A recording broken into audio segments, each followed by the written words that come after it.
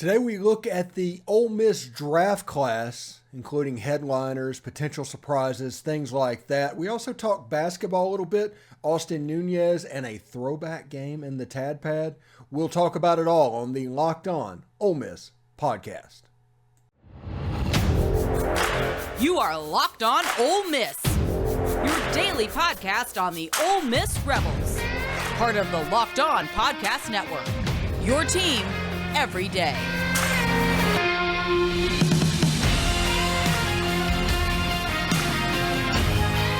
Thanks for making the Locked On Ole Miss podcast your first listen every day. We're free and available wherever you get your podcast, including YouTube. Hi, I'm your host, Stephen Willis. Thank you for joining the show today. Today we're going to talk about the highlights of the NFL draft that is coming up tomorrow. Round 1 tomorrow. Time is absolutely flying by.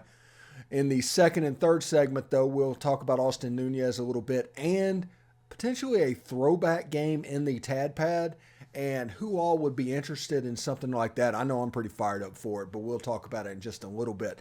Anyway, with the NFL draft up tomorrow night, and if you're an NFL fan watching this podcast, I will let you know because there are some high-value picks that Ole Miss could have. No real superstars, no Bryce Youngs that are coming out this year, but there are a couple of picks that are pretty high value, and this class is probably highlighted by Jonathan Mingo, the wide receiver out of Brandon, Mississippi. He's somebody that, he is rated as the 22nd overall wide receiver in the draft, but he's the 9th rated athlete. He's a player that's 6'2", 220 pounds. That's combine measurement. That's not normal game program type stuff. His arms 32 inches, his hands nearly 11 or 10 and a half, I should say. So we'll see what happens. At 220 pounds, he did run under a 4.5 40, ran 4.46. He had an excellent split. His vertical jump is nearly 40 inches. He's a really superior athlete. And I think people would learn over the years to not discount Ole Miss wide receivers. These are the people that gave you A.J. Brown, D.K. Metcalf, Elijah Moore. Heck, even Laquan Treadwell has been hanging around the league for 10 years at this point. He might be a journeyman, but he's made a heck of a career out of it. Jonathan Mingo looks to be the next level of that. And as talented as he is, I do warn people that are excited about him, his numbers hasn't necessarily matched up to his production over the years. He's kind of almost in a similar position of Will Levis and Anthony Richardson at a much lower degree. But other than the game where he had 9 catches, 250 yards, and 2 touchdowns against Vanderbilt, he ended up with a total, counting that game, of 51 catches, 861 yards, and nearly 17 yards per catch as well. And that is including a game that Ole Miss caught Texas A&M by surprise by playing him at tight end some, almost in an Evan Ingram type role where he had 4 for 90. It just kind of, is what it is. He is probably not going to be a number 1 wide receiver in the NFL. I don't think he's going to be A.J. Brown. I don't think he's going to be D.K. Metcalf. But he has a chance to be a solid number 2 and somebody that plays for your team for for several years. Now, the NFL has rated him as a round 2 to 3 draft prediction, and they gave him a comp as Anquan Bolden. And that is absolutely the case. He is going to be absolutely fine in the NFL. So my recommendation to you, if you drafted him, if you're thinking about drafting him, however it goes, I would take him if you had an already established number 1. If you had that number 1 receiver that was a go-to guy, he would be an excellent complementary piece. The physicality, his body, his athleticism, it would all serve you really well. That is my recommendation after seeing him for several years because he never really developed at Ole Miss as a number 1, even though this year he was supposed to be. That ended up being Malik Heath. So we'll see exactly how it goes. The athleticism, like I said, is completely off the charts. And he has all the gifts that will make your roster better that you can expect, okay? But he has never taken that next step. So don't draft him with the expectation that he will be the number one receiver. But I think he can be a Pro Bowl level number 2 receiver if he goes to the right team. Like I said, it's nothing against him. It's just anytime the NFL draft gets together and you have physical measurements like this, absolutely people have the most obscene hot takes. And you could draft a really good player in Jonathan Mingo, but he has not shown the ability to be that elite player. He has not shown the ability to be A.J. Brown, although he may be athletically, physically as gifted as A.J. Brown. That's all I'm saying. So we'll see what's going on. Now, if you're looking for solid pieces in Ole Miss's draft, yeah, that would probably be Zach Evans. Unbelievable running back. His one flaw at Ole Miss is honestly he couldn't stay healthy. He had bad luck. He took a hit to the head against Alabama that knocked him out of the game. If he stays in that game, Ole Miss beats Alabama. I'm convinced of that. But he's ran for over 200 yards in a game. He's done all the things that could make him an explosive type player. He does have Alvin Kamara level ceiling. He does. It is a special athlete. But remember, I think Alvin Kamara was taken in the 3rd or 4th round, which this is his projection as well. Some rankings have him as the top rated Ole Miss player going into the NFL draft, but because of the movement of Jonathan Mingo, I'm just putting him in the solid rate that you can count on. So you can see what happens whenever he joins your team. But physically gifted, as physically gifted of a player as I have seen, and is probably the most physically gifted player on Ole Miss's team last year. He's just a special guy. If you watch him play, you're like, yeah, that's the dude. And I think he will make your team better. But again, as a running back, it kind of affects the way you would look at this team as well. Now, the surprise that I don't think we need to overlook a little bit is Tavius Robinson. He is, I think, listed as an undrafted type free agent, but he is a player that I think 2 years ago or 3 years ago was playing his football in Canada. Lane Kiffin found him when he got the Ole Miss job and just slowly started developing him. And his going into his last season, he made plays and he started to become a looked at player on the Ole Miss defense, somebody that you had to account for.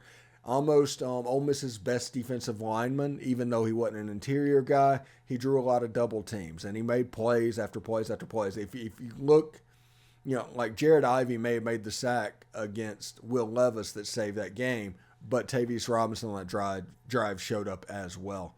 I think he has a chance to be a surprise. I think he has a chance to make a roster in the fall. So those 3 players, and I don't want to overlook Nick Broeker, because Nick Broeker as a guard is a really, really good player. He could be somebody similar to, can't remember his name at the moment, but he's offensive lineman in Green Bay that came out of Ole Miss a couple of years ago.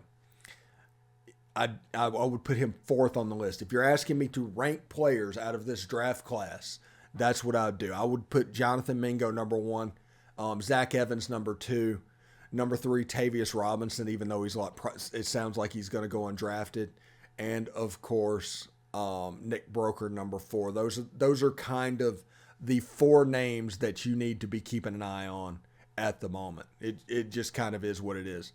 Today's show is brought to you by Built Bar. If you are looking for a delicious snack but don't want all the sugar and calories, then you need the best tasting protein bar ever built. You got to try this. Here it is right here. I'm not just pitching it. I'm also a client as well. If you're like me, you want to make a healthier snack choice, but you don't want to compromise on taste. So I have just the thing for you, Built Bars and Built Puffs. They are healthy and taste amazing. Seriously, they taste so amazing, you will not think they're good for you. You have got to try this. What makes them so good? Well, for starters, they're all covered in 100% real dark chocolate. That's right, real chocolate. They come in unbelievable flavors like churro, peanut butter brownie, and cookies and cream. I'm not sure how they do it, but all these taste like a candy bar while maintaining amazing macros. What's even better is that they're healthy. Only 130 calories, 4 grams of sugar. They actually have a whopping 17 grams of protein. And now you don't need to wait to get a box. For years, I've been telling you about ordering Built Bars at Built.com and using the promo code LOCKEDON15, all of that stuff. Well, now you can get them at your local Walmart or Sam's Club. And you can still get your specialty flavors at Built.com. That's right. Head to your nearest Walmart today, walk to the pharmacy section, and grab yourself a box of Built Bars. You can pick up a 4-bar box of cookies and cream, double chocolate, or coconut puff. If you're close to Sam's Club, run in and grab a 13-bar box with our hit flavors, peanut butter or brownie batter puff, churro puff. You can thank me later. Like I said, I showed it. I like it. The double chocolates are my favorite. I use them all the time. But you will not be disappointed. If they do not have your flavors at Walmart or Sam's Club, you can get them off of Built.com. Use Locked On 15 for that as well. Anyway. All right. Thanks for making the Locked On Ole Miss podcast your first listen every day. You know, the NFL mock draft, ultimate mock draft special is here and it's bigger than ever. You can follow along all 32 teams' first pick in a 6-episode ultimate mock draft experience only Locked On can deliver. We do a heck of a job on things like this. All episodes are now available on Locked On NFL Draft on YouTube and wherever you listen to your podcast. So, the first segment, we did a little bit of an NFL draft preview, and I know it's my stance to where whenever a player leaves Ole Miss, I do not talk about him, but the NFL draft is kind of a special thing. So we'll kind of look at where these Ole Miss football players could end up. I honestly think Jonathan Mingo might slip into the second round. I think Zach Evans is going to go on third, so that's 2 day 2 picks that you can probably look forward to. It might not go anything like that. I'm not an NFL GM, and from what I see, like teams looking at Will Levis and Anthony Richardson, they're begging to be fired as an NFL GM to begin with. So we'll see what's going on as well. Austin Nunez committed to Chris Beard in the Ole Miss basketball program. I think it was like 2 days ago. He is a point guard out of Arizona State, transfer portal addition. This is to be added to Brandon Murray, who transferred from Georgetown to go with Matthew Murrell and Jaemyn Brakefield. That's a nice little core that is developing. And you take away the guards and you can add TJ Caldwell to that mix. You have a nice core of players that are being developed by Chris Beard at the moment. Now, there still needs to be a 5, and we've all talked about how Jamarian Sharp visited recently. Ole Miss is also, I think, also after an Oklahoma State transfer big man as well. But Austin Nunez is a young guy with 3 years of eligibility left. Now, this is the important thing that people need to realize about the transfer portal. When you can get a player with 3 years of eligibility, that is a major factor. That is one step above what JUCO used to be. You get people that have been proven and can come in and help you right away, that has played a little bit of basketball at the Power 5 level, coming in, and they've got 3 years with you. Now, ideally, they could go at any point and they have a breakout year and blow up and end up going to the NBA, and you can count on them in the future. But if that doesn't happen, he's here for 3 years. You've built your backcourt for several years down the road. And him, and Austin Nunez and Brandon Murray and TJ Caldwell and Matt Murrell, you have a backcourt for next year that is in pretty good shape, honestly, even depth-wise, because you're too deep at both positions. Now, the question becomes 4 and 5. You need to recruit for players that can back up Jaemyn Brakefield. You're looking for senior centers as well. And if you can do that, you can build up your team as well. Because honestly, as Ole Miss fans, we all want the NCAA tournament. We all remember what it was like in the late 90s and how exciting basketball was. And because of that, we want that again. We had that taste. And AK, for whatever reason, just couldn't quite get us over the hump. Kermit Davis God bless him, was an extremely nice guy and an extremely great representation and ambassador for our university. Just couldn't quite get us over the hump. But it's about getting back to where we were, getting back to what we want to be, and to build this program up in an era when SEC basketball is taken quite seriously. And Austin Nunez is honestly a shot across the bow of other teams of what he can do. People have called him a walking bucket. He is an excellent, soft shooting three-point shot. I saw some of his threes. The net barely moved. He shot it so quickly. He played point guard in a way that, honestly, we are used to like Chris Warren playing, those guys that slashed, but if there was nothing underneath, they would dribble out back to the front like what Michael White used to do. So it's a really, really good pickup for Chris Beard and the Ole Miss Rebels. We are going to keep watching for further commits.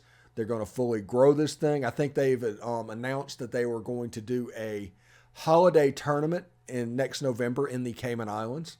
Cayman Islands are a probably top 5 place for me to visit. If you're going to the Cayman Islands, I recommend, I think it's called 6 Mile Beach. They have a beach that's stretched out for 6 miles. It's in a crescent. It's quite cool. There's cabanas. It's a fairly expensive island, but if you know where you're going, you can get around and do quite well with it. It's kind of a cool place to visit, and since it's an English colony, it's not like some Caribbean places that actually seem a lot foreign to an American visitor. So that is a cool thing as well. Now, when we come back, we're going to have an interesting discussion. Well, not really a discussion, but I will have talking points on a potential throwback game in the Tadpad. This has me unusually excited. I did not expect it to go here, but it did. Anyway, stick around. All right, thanks for making the Locked On Ole Miss podcast your first listen every day. We are free and available wherever you get your podcast, including YouTube. Subscribe to the YouTube channel. Hit the bell for notifications. Upvote the video. We'd appreciate it very much. Also, join our subtext community. And then whenever I get information, I'll just text it out to everybody. There's no need to camp yourself on a message board. You get relevant information at times whenever I receive it. Now, I have accesses to the former player network on several programs at this point. So when I hear something, I do let you know. All right. Just kind of is what it is. All right. Chris Beard was on the John Rothstein podcast earlier in the week. And he talked about all kinds of stuff. He talked about the Texas to Ole Miss thing. He talked about building up an Ole Miss program. But part of him talking about building up the Ole Miss program is a throwback game. And I've never heard this. And it just shows how his mind works. And when I say that, it is not a negative thing. We talked whenever Ole Miss was looking for a basketball coach that they needed an evangelist. They needed somebody to sell. They needed somebody to market. They needed somebody to think outside the box and ways to engage this fan base to get them involved in basketball.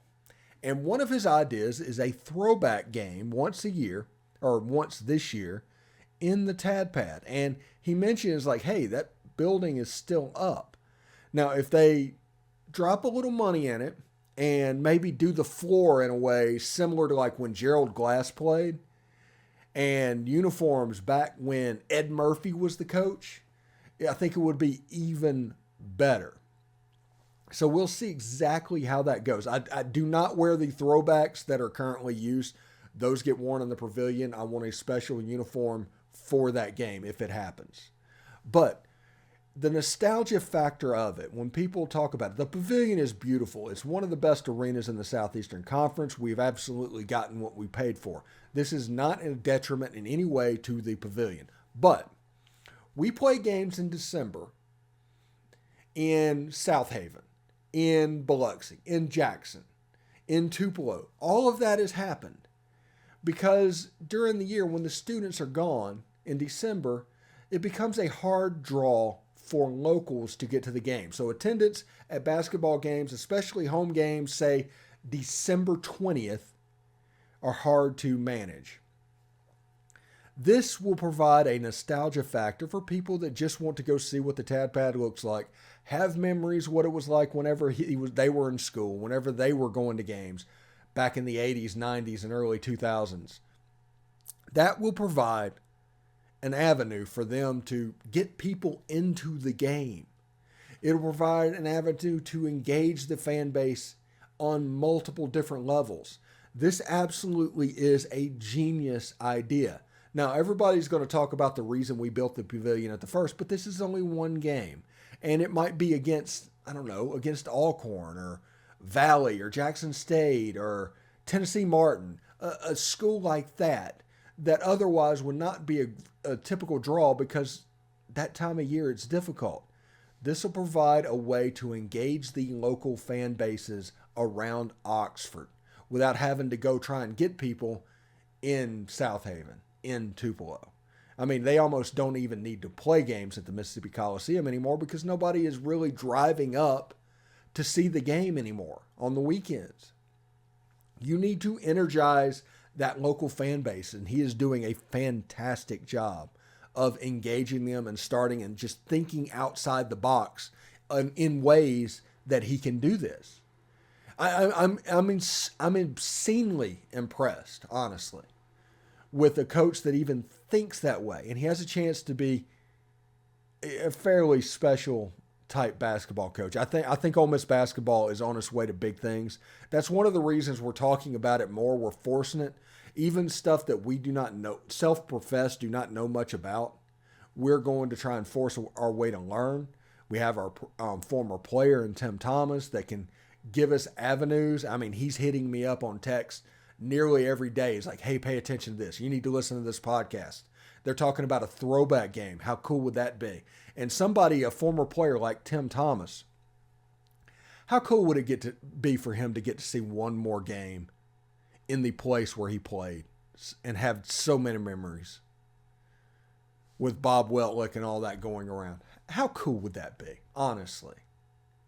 And stuff like that, it's absolutely worth doing. I do think they need to also plan on an old timers game. I do think we have enough history right now to where people might come out and see Keith Carter at least trying to put up a 3-point shot. Tim Thomas going for that double-double down in the pace. Maybe Sean Toohey. Something like that could be interesting. Because in a basketball game, there needs to be some sort of an old-timers aspect as well. Because Ole Miss does have some assets historically that they can bring back. You know, Jason Flanagan or Jason Harrison, those guys, I'd like to see them come back and play a little bit of basketball as well. Now, don't tear up your ACL. Don't go hard. I'm not saying that. But an old-timers game could be quite fun, honestly. Anyway, thanks for making the Locked On Ole Miss podcast your first listen every day. Hey, everydayers, tomorrow on the show, we might have a very, very special treat for you. We're trying. Technology could get us. But if it works out, this is going to be a very special treat for you guys and gals. And I hope you stick around for that. And if it happens, it could open up a ton of doors of what, and depending on how much you guys consume this video.